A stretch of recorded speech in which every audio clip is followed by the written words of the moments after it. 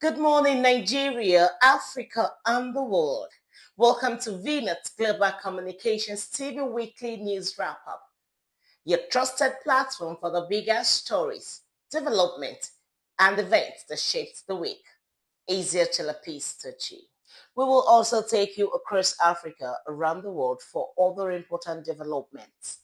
These are the stories that matter. Adeleke retains governorship with 66,252 vote margin. At least 50 people killed in Sokoto boat tragedy. Tinubu's second term bid and the growing political battle, 2027 politics. 944 communities across 21 states at risk, flood alerts. Lagos targets 3,500 megawatts to improve electricity supply. Adeleke, see you after this short break with the news in full.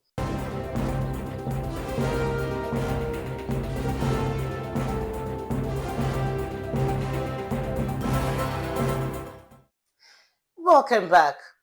We begin in Osun State, where Governor Ademola Adeleke had secured another term in office following the governorship election held on Saturday, August 15th. The Independent National Electoral Commission declared Adeleke the candidate of the Accord Party winner after the final results were collated. Adeleke polled 511,067 votes.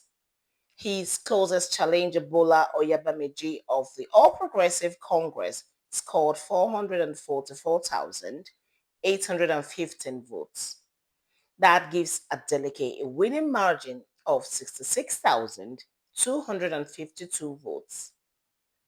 The African Democratic Congress candidate Najim Salam came third with 17,180 votes. The difference between second and third place was therefore 427,635 votes, while Adeleke finished 493,887 votes ahead of the third place candidate.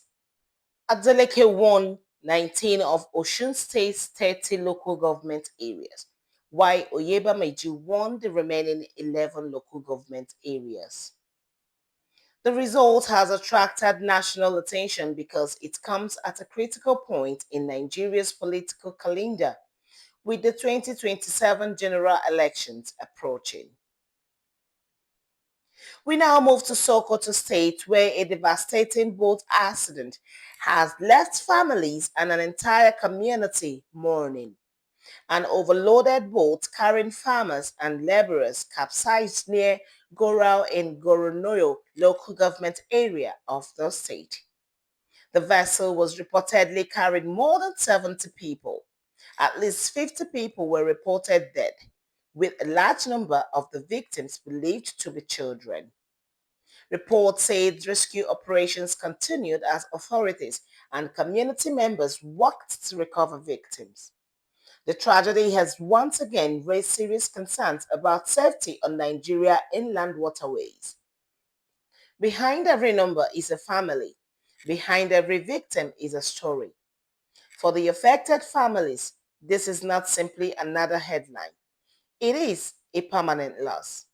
Government authority must therefore go beyond condolences. There must be stronger enforcement of waterways safety regulations, proper passengers limits, adequate safety equipment, and effective emergency response system. Prevention must become the priority, not condolences after lives have been lost. From tragedy, we move to politics. Nigeria's political temperature continues to rise as activities ahead of the 2027 general elections gather momentum. President Bola Ahmed Tinubu is seeking a second term under the All Progressive Congress. At the same time, opposition politicians and parties are positioning themselves for what is expected to be a highly competitive election.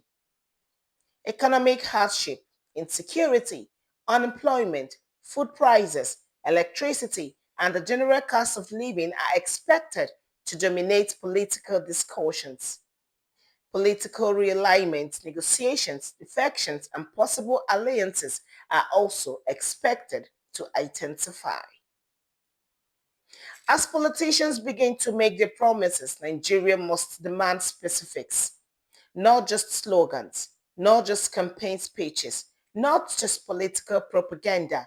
The electorate deserves clear answers on security, employment, food security, electricity, education, healthcare, and the overall cost of living.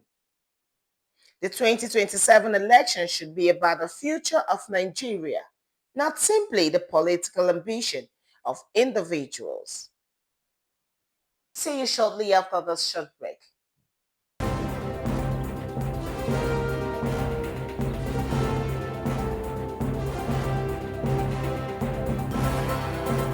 Welcome back. Another major concern for this week is flooding. The federal government has placed 944 communities across 21 states on critical flood alert. The warning covers several states, including Benue, Lagos, Kogi, Niger, Kwara, Rivers, Delta, Bayelsa, Cross River, Edo, Ogun, Ondo, and Osun, among others. The warning comes as heavy rainfall continues across several parts of the country. Residents living around rivers, waterways, and low-lying areas are being urged to take precautionary measures. Benue is among the states facing significant flood risk, with many communities depending heavily on agriculture and with settlements located around waterways. Flooding can quickly become a threat to lives, homes, farms, and livelihoods. Government agencies, traditional institutions, and community leaders must therefore work together to ensure that early warnings reach vulnerable communities. The Lagos state government is targeting approximately 3,500 megawatts of available electricity as part of efforts to tackle persistent blackouts. The strategy involves coordinated actions across generation, transmission, distribution, and metering. For Lagos, where thousands of businesses depend on electricity every day, reliable power is not simply a convenience, it is an economic necessity. Hotels, restaurants, manufacturers, small businesses, and households continue to spend heavily on alternative sources of power. The announcement has therefore generated significant interest among residents and businesses. And around the world, geopolitical tensions, conflicts, economic uncertainties, and climate-related emergencies remain major concerns. Extreme weather continues to threaten communities in different parts of the world, with developing countries often carrying the greatest burden.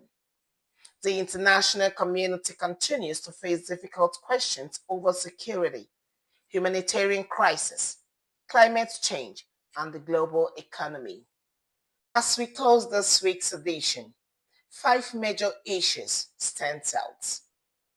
Politics, security, disaster preparedness, electricity, and the quality of leadership.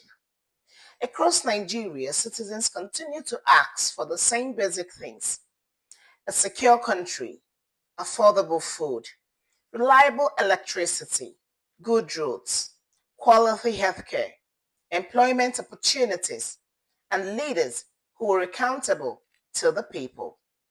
And that's a wrap on the major stories that shaped the week. And on behalf of the entire team here at Binance Global Communications TV, thank you for watching. Don't forget to always ask the hard questions. I am Azia Chalapis Tochi. See you next week. Have a lovely week. Bye for now.